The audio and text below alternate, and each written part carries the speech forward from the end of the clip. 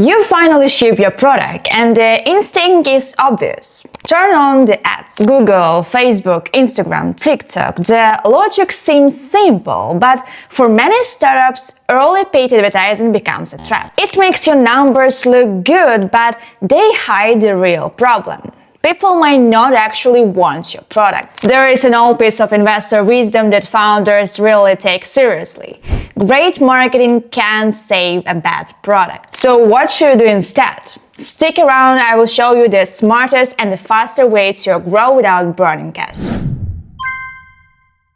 In the early days of a startup, numbers feel emotional, like you launch ads and suddenly the dashboard starts glowing, like sign up climbs, dashboard spike, traffic jumps. For a moment it feels like validation. But dig deeper and you may find a mirage. Many of these users disappear almost instantly. They sign up, explore the product for a minute and then quietly leave. This is the classic trap of paid acquisition. Advertising is extremely good at producing what investors call vanity metrics. Numbers that look impressive in a dashboard but say almost nothing about whether people truly care about the product. A startup might celebrate 10k downloads, but if almost none of those users are active for a week later, the number is almost theater. Growth can always be manufactured if you are willing to pay for it. A company can look like it's scaling fast until you see the real mess. Spending $5 for marketing to generate $1 of revenue. That's why experienced investors treat these metrics with skepticism.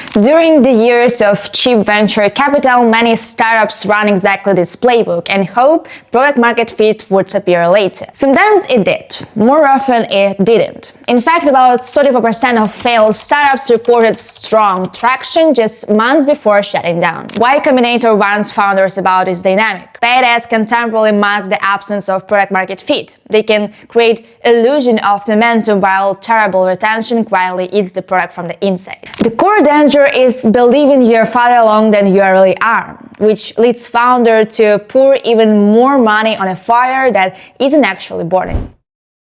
Every experienced founder eventually hears the same rule. Product marketing first, marketing later. Product market fit means people don't just try your product. They keep using it and tell their friends. Until that happens, buying user with ads is almost wasteful. Yeah, people might click, they might say no, but curiosity isn't retention. They come once, leave, and your ads keep pouring new users into the same leaky bucket. Startup postmortems repeat this story again and again. The number one reason startups fail is no market need. And the second common reason is running out of money before reaching product market fit, often because founders scale marketing too early. Here is an analogy from physics. Marketing is a force multiplier. It will multiply what's already there, but multiplying zero by anything and you still got zero. If acquiring a customer costs $5 but they generate only $1 in revenue, scaling ads just scale the losses. That's why Y Combinator famously tells founders to do things that don't scale in the beginning, like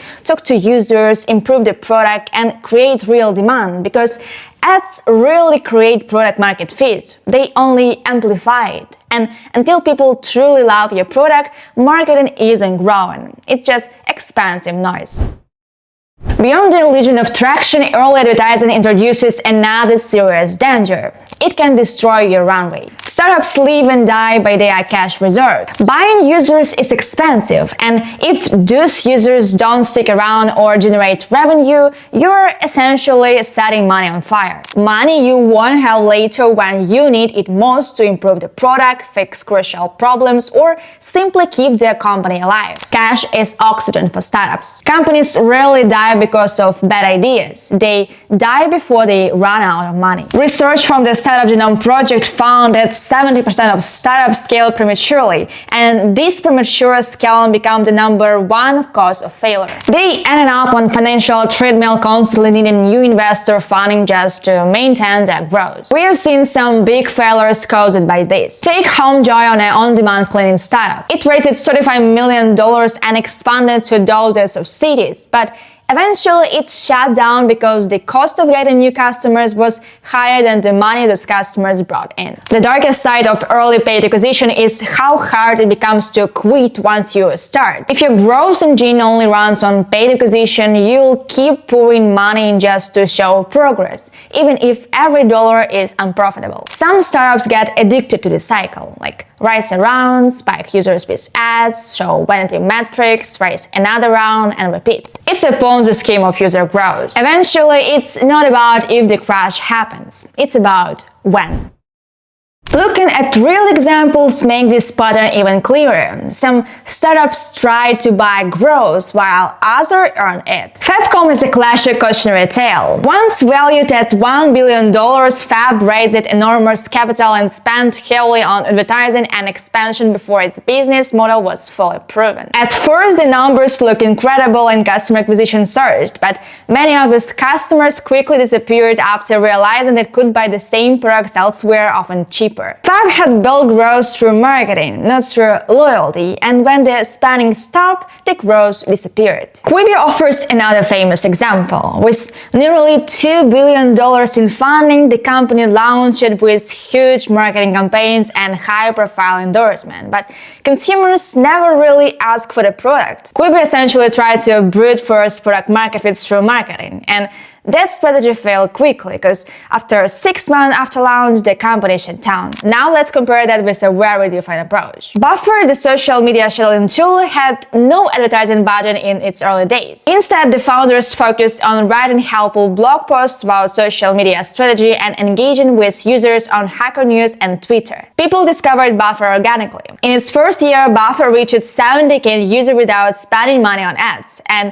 those users came through trust and interest, which made them far more likely to stay. Canva followed a similar path. Instead of aggressive advertising, the founders focused obsessively on making design simple and accessible. Users loved the product and invited colleagues and friends. Today, Canva has hundreds of millions of users, largely driven by product quality and word of mouth. Airbnb's early story is even more hands-on. In 2008, the founders flew to New York and knocked on doors to meet their users, even taking professional photos of apartments themselves to improve listings. It was completely unscalable, but it doubled their weekly revenue and helped them understand their users deeply. Only later did Airbnb invest heavily in marketing.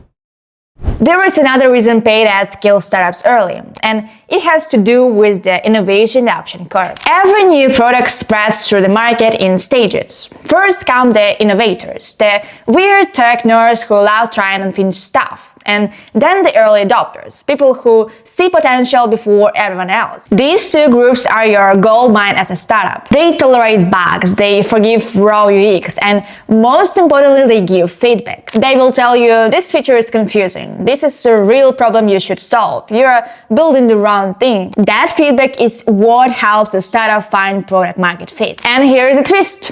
Ads don't bring innovators. Ads bring the mass market. And such users want something completely different. They want polished UX, reliability, convenience, zero friction. Basically, they want a product that's already finished. But an early stage startup isn't finished at all. So what happens? People click your ad, open the product, see raw edges, and leave. No feedback, no learning, just burning at budget. People's unique innovators almost never come from ads. They come from niche communities, Reddit, Hackers News, Discord groups, Twitter tech circles, forums, places where people like discovering new things early. That's where startups should hunt in the beginning, not the Facebook Ads Manager. Okay, if early advertising is risky, what should startups do instead? The answer is pretty simple and not very glamorous. Let's look at what successful founders actually did. Do things that don't scale. Email your users personally. Call them. Go where they hang out. Give demos. Install your product for them if you have to. Airbnb will get doors in New York. Stripe literally set up the software for first customers. Inefficient? Yeah. But Every interaction teaches you more than 1,000 clicks ever will. Focus on retention and referrals. Retention beats raw numbers. Like the few users you have. Make them come back. Make them tell friends. PayPal and Dropbox blew up with raffle incentives. No ads. Remember that one happy user brings 5 more, and this is traction that sticks. Teach, share, guide, like blog posts, videos, guides, podcasts. Remember that Buffer got 70k users by just writing good content. Trello did the same with productivity guides. You earn trust, and trust converts. Build a community. Don't rent one. Slack, Discord, subreddits. Talk to users, answer questions, engage. Glossary started as a blog, turning readers into superfans, and by launch they had a built-in army. Publish Quora answers, product hunt launches, free contents, PR stunts. Hustle beats budget. If you decide to try paid advertising, treat it like a small experiment, not your main growth strategy. For example, you may spend few $100s on highly targeted Facebook ads just to test which messaging actually resonates. Or you can run a tiny Google Ads campaign to see if people are even searching for your solution. The goal isn't to buy growth. The goal is to gather data. Keep the budget small and the goals very focused. Very few people actually know how to set up a good ad campaign, and without that knowledge, you'll probably waste money. So save serious paid marketing for a moment when you already have positive signals worth amplifying. Until then, treat small ad tests as learning exercises and be ready to turn them off quickly if they are not performing.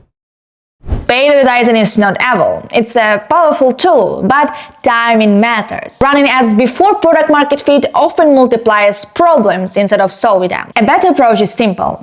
First, build something a small group of users absolutely love. Then scale it. Marketing isn't magic. It's a multiplier. If people love your product, marketing amplifies that love. If they don't, marketing simply spreads disappointment faster. So resist the temptation to run ads just to feel like you are growing. Instead, focus on your users, improve the product, watch retention, and listen to feedback. If those signals appear, you won't have to ask whether to scale marketing. The answer will become obvious. Startup history is full of companies that try to buy growth too early. Many of them looked successful right before they collapsed. Their dashboards showed growth and their pitch desk showed traction, but underneath these numbers was a fragile foundation. So don't fall into the same trap. Be patient, focus on the product, and earn your growth. Because once you build something people truly want, marketing becomes incredibly powerful, and that's when you step on the gas. Thanks for watching. If you found this helpful, don't forget to hit the subscribe and like button. Check the links below and follow us on social media for more tips and updates. And if you're ready to take your startup to the next level, visit molfar. We will help you build fast and smart. Catch you next time.